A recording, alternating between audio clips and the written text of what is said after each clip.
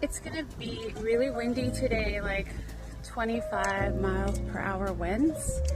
So I'm gonna do some work on securing some of these trees, I guess. They're really tall, with bamboo. My peppers are just like falling over.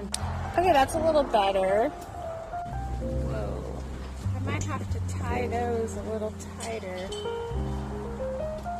The wind is starting to pick up. And this is only 11 miles per hour.